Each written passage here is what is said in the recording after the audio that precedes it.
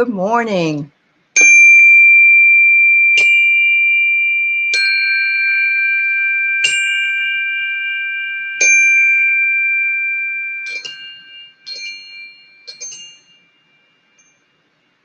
I always love to hear the sound of the bells in the morning. Good morning, everybody. It's Aley Martin at Heart and Soul Connected. Welcome. Today is Friday, December 18th, 2020. Today, interestingly enough, I decided to write in my journal like I do every single day and put the date in like I do every single day, except for some reason decided to write January 18th and realized that's wishful thinking. It would be nice if we sort of passed by all of this in between. Then we'd only be 2 days away from the inauguration. But alas, we still have to meet another month or so to go. So welcome. I hope all of you are well as this horrible coronavirus escalates throughout the country. A lot of my friends now are telling me they've been exposed to the coronavirus. Some of them got the coronavirus and are suffering with lots of pain and residual effects. I send you all love and light and healing energy and hope for a speedy recovery, hope that it doesn't escalate into something more. We're losing over 3,000 people a day now. And, you know, that's a war crime. That's a war crime. So today I've been reading this wonderful book by John O'Donohue, who has passed, but he had written a wonderful book called Anam Cara. This one, I don't know if you can see it, is Walking on the Pastures of Wonder. And what this book has in it, which is wonderful, are different conversations that were recorded and then transcribed by John O'Donohue with John Quinn, who used to run a television. It wasn't called a podcast then, but it's very similar to podcasting. There's a lot of information in here, and a lot of it is really, really good. Even if you know all this stuff, it's wonderful to be reminded of it. Some of the things that he discusses in here have to do with love and the capacity to love. Also, he talks about absence, presence, and also duality and otherness. And so I thought I'd bring up a couple of those concepts and tell you a little bit about, number one, what he said, and also what it brought to mind for me, because this was written, or these things were done, I believe, before he died, because he died in 2009. So these are at least 11, 12 years old. Not that everything goes away in that period of time, but sometimes things become even more important to remember. So the capacity to be alone is the capacity to love. Self-love being one of the most important things for us to have. For if we do not love ourselves, we do not accept ourselves, then it's very difficult for us to love anything else. It may look paradoxical, but it really, really isn't. He says, it is an existential truth that only those people who are capable of being alone are capable of love, of sharing, of going into the deepest core of another person without possessing the other, without becoming dependent on the other, without reducing the other to a thing or something owned, and without becoming addicted to the other. They allow the other freedom because they know if the others leave, they will only be as happy as they are now, and their happiness cannot be taken by the other because it is not given by the other. This is actually a quote that was included in one of these by Osho, who was a controversial, let's say, guru during the 90s. There has been a lot of books that have come out of the Osho Foundation, which I have read and I found have really strong truths to myself, even though there are things about him that are not optimal, let's say. So let's move into the idea that that John O'Donohue brings up with regard to ourselves. We are dual. We are dual, and we live in duality. You all know what duality is. It is light and dark, up and down, in and out, yin and yang, male and female, that sort of thing. But we live in a duality where we fear being exposed in some way for our vulnerabilities. It's very, very difficult for us to lay ourselves bare because we open ourselves up to criticism. And that can be said of anybody here on YouTube in particular, because it's very difficult to sort of bare yourself to the world, knowing that there are people who will not agree, do not agree, or even find what you're saying to be sort of above, let's say, something that they believe in. But no one's asking you to believe in anything that I'm saying. I'm just here talking. And so I want you to know that you are dearly loved and you have your own opinions, and that's fine. He says that duality is informed by oppositions that meet at a threshold. And at this threshold or doorway, we become more integrated.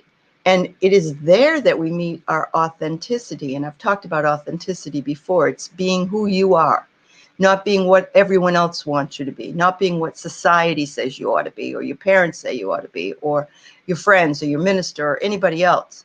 It is being that which you were led to be on this journey in this life. He says that we must be willing to engage in oppositions. It allows the threshold where this light and dark sides of ourselves can come to force. But many of us block that because we fear what we might see, although we already know subconsciously what those things are that we represent or that we maybe keep in our shadow side. Because every person has a shadow side. There is no person who has complete wonderful aspects about themselves. We all, have things that drive other people crazy. We all have things that we believe in that other people find not offensive, but find not popular, let's say. So here, the masculine and the feminine and all the beginning and endings of one's life emerges. If you're not willing to take a look at that, O'Donoghue says, then we sort of remain in this out of balance. And we remain in this netherland of not being able to completely come into our total self. And coming into our total self is the purpose for being. It's the purpose that we brought ourselves here for. We may say, oh, I don't know what my purpose is, but you do. You do know what your purpose is. But one of those things that your purpose is taking the time to examine who you are really, who you are subconsciously. And you know what? We all have ugly parts. We don't want to look at those ugly parts many times, or we make ourselves feel guilty that we have them. And it makes us very uncomfortable when we focus on those uncomfortable parts of who we are. And by focusing on those and going into them and stepping into them and working out all and fleshing out all of the negativity around it, then we become more free to be in balance.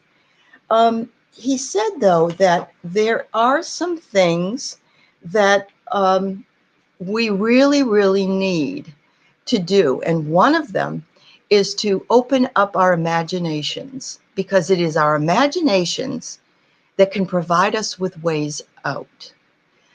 How that happens is if we think only with our minds, then we see the negative, we see the bad, we see what's going on, we make judgments. But if we use our imagination, we usually don't make judgments about those things because they're things that we are imagining ourselves. So we imagine, let's say, that life will be much better, or that, waking up happy in the morning is something that is to be endeavored by that person. Many other things can come from our imaginations. And of course, we know our imagination comes along with flow and creativity. And it also brings us the ability to connect with other people and connect with our higher self, let's say, and our subconscious self with regard to what it is that we feel we want to do in life. Many times we are led, or there is something that comes up, and if we listen to the message, We know immediately it was meant for us. That might be something that came on TV, something that a friend said, something that happened to you, or that you read in a book, a dream you may have had. All of those bring your subconscious ideas to the surface and allow for that which is broken or subdued or buried deeply to be able to come forward. The problem with this is many people are scared or afraid of what they see. And so they cover it up by taking drugs or drinking or any number of other addictions that they do. And that puts them in that mind instead, so they don't have to view those other things. I had a student once who was a successful Alcoholics Anonymous participant. He had started drinking when he was very, very young, and it led him to behavior that he was very embarrassed about. And he found his salvation in the AA program. Not everyone will. Not everyone will find salvation in everything. You have to find your own in your own way. But in his describing to me how he felt after it was over, he felt the need to reach out to other people who were enduring the same problems. And I find that that's true of other people who have come through successful transformations in their lives, and it makes them feel more empowered, and then they're ready to share that with other people. I think that took a long time for me to do, because I wasn't up and ready, let's say, to get on a YouTube channel and chat about those things, because I didn't know if they were important enough. I was waiting for this wise gem to come floating into my life and tell me, this is it, Aley. You can connect your heart and soul by doing this one thing, which isn't going to happen. And it isn't just one thing anyway. John O'Donohue says, imagination must be imagined, or, in other words, must be utilized, or if not, we lack presence and depth in our lives. We are not fully present. We are not fully present to be the best we can be, or the most authentic person that we can be. And he says this millennium, and he said this a long time ago, in this millennium, there's already so much change, even more than usual, making it hard to discern how this affects us or our lives. Well, we know there's been even more changes that have happened in this millennium, and we haven't really had the time to think about those changes that have occurred and how they've impacted us, how we feel about it, and how we're going to talk about those things. And it's even more so now that we are alone, and we aren't comfortable being alone, many of us. We have to turn the TV on or a radio on. We have to hear something. We have to know something. We have to be some other thing than ourselves. He says isolation is even more rife right now. And people are dealing with haunting lonesomeness. Add to this relentless marketing to teenagers and younger people is done all the time, and it's become a kind of virus in itself. Using our imaginations is even more important than ever to transform rather than to destroy. The mind sees it one way, the imagination sees it the other way. There are a lot of people who are using their minds to destroy. We see it every single day. They don't use their imaginations instead. They don't take responsibility for that which they have done and are being accused for, because to do so would be too difficult for them. It would hurt too much. It's hard to face that reality. People get into trouble psychologically as it becomes something upon them that frightens them or paralyzes them, so they cannot go, move on, work, or function. Illness is one of the hardest forms of otherness that we are faced with. And otherness is everything but you. And we've seen otherness in many, many cases. We've seen people picking on the other. It's us versus them. It's me versus you. It's I won, you lost, I won. That's othering. Othering is always there. Illness, when it comes up, is another form of othering, because it is something that we cannot escape from. It is there. We are ill. We, we don't want to fall into any delusions that we're well and just run outside and seize the day, and then end up not either infecting others or what. This also causes contradiction. But we're all bundles of contradiction, he says. We should be willing to examine all that is in us. Some people know their contradictions. They realize that they are part of the whole. And by balancing these two sides of ourselves, we emerge from fear and crisis to acceptance. I love that. We emerge through fear and crisis to acceptance of ourselves as the imperfect people that we are. And we are. We can't help it. There's no perfect. Absolutely no perfect. We can only try to reach for that perfection. He says that balance includes a number of things, including passion, movement, rhythm, urgency, and harmony. It also includes discovering, unveiling things, or ordering things to be the way that you want them to be done, in what particular order that they find themselves in. So let's talk a little bit about absence and presence.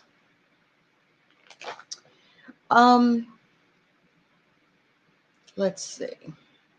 John O'Donohue in his book says, while we're here in the world, where is it that we're absent from? And this is a great question. It reminds me of a Zen koan, K-O-A-N, which is, for instance, just sitting and trying to think on concepts that don't have answers, for instance. What is the sound of one hand clapping? That would be a Zen koan. In this case, he says, while we're here in the world, where is it that we're absent from? Many people believe that we are absent from the wholeness of the other side, or God, or the world, or the universe, or heaven, or hell, or family, but we aren't absent from them. They remain a presence in our lives. We remain a presence in their lives. We are ever present. We are not absent. Absence and presence are sisters to each other, where the opposite of presence is to be completely nullified, completely gone, not listening, not there. I like that. I really do, because I think that we sometimes believe that presence is needed. Physical presence is needed in order to make connections with other people. That's not always true. Sometimes, oh yes, we do need love. Oh yes, we do need affection, and we need something to cling on to. And that's why pets do such a great job with those things. But pets have their limitations. They get lonely too. One of the things I considered was, what's going to happen when everybody goes back to work and these pets are used to having us around all the time? Don't you think it will be depressing for them at that point?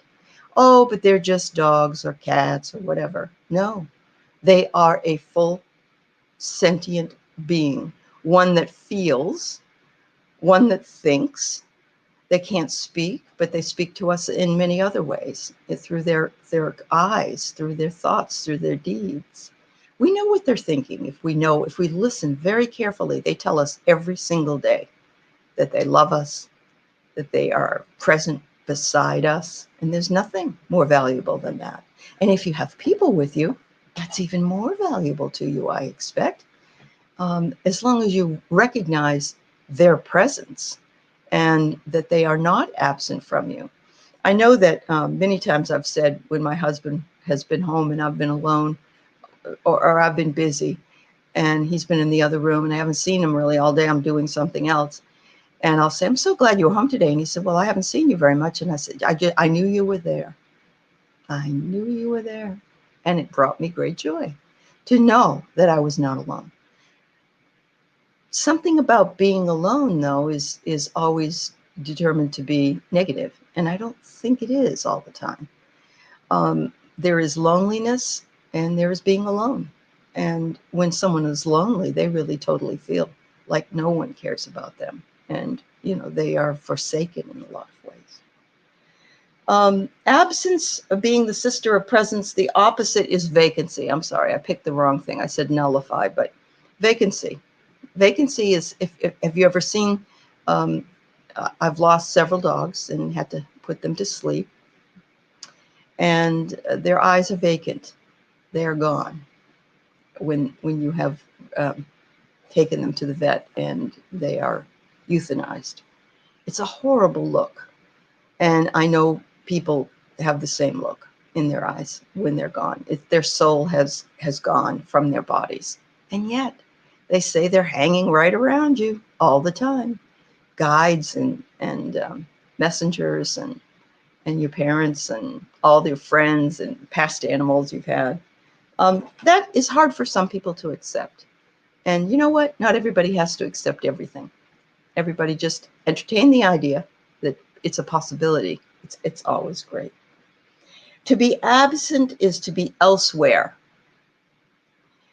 And it is infused with longing. It's an act of departure.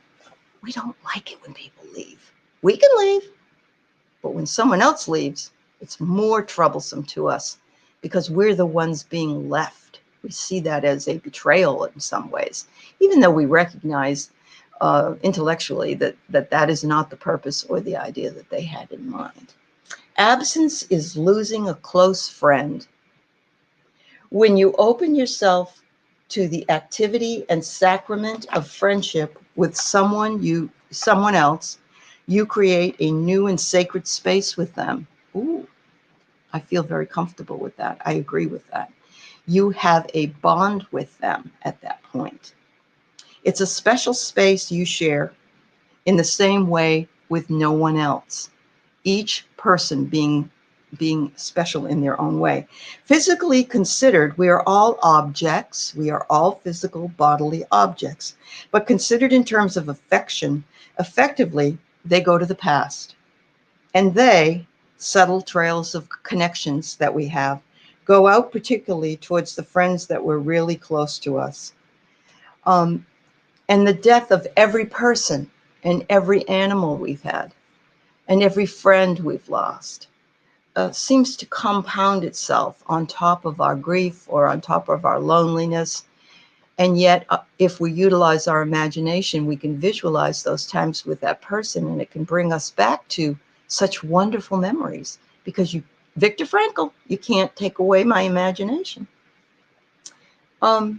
One of the deepest longings of the human heart is for real presence, for people to really listen to you, to feel listened to, and to respond in kind. It's the goal of truth. It's the ideal of love and the intentionality of prayer. And we intend to try and fill the emptiness sometimes with words, with music, with color that will give us some filling of that absence. But it cannot take the place of it. It just can't. O'Donoghue talks a lot about absence and presence and clarity in here. And I believe that it was just what I needed to hear. So that's never a coincidence for me. It's something that I'm spending some time contemplating, that I'm writing about in my journal, that I'm bringing myself to understand and work on for the deep subconscious balance that I need and you need. And so I offer you this hand of friendship and understanding. And I hope that this has in some way offered you some clarity on those issues, at least in the way John O'Donoghue wrote about them in his book. My suggestion, if you're interested in O'Donoghue, is to read his first book called Anam Cara, Anamcara.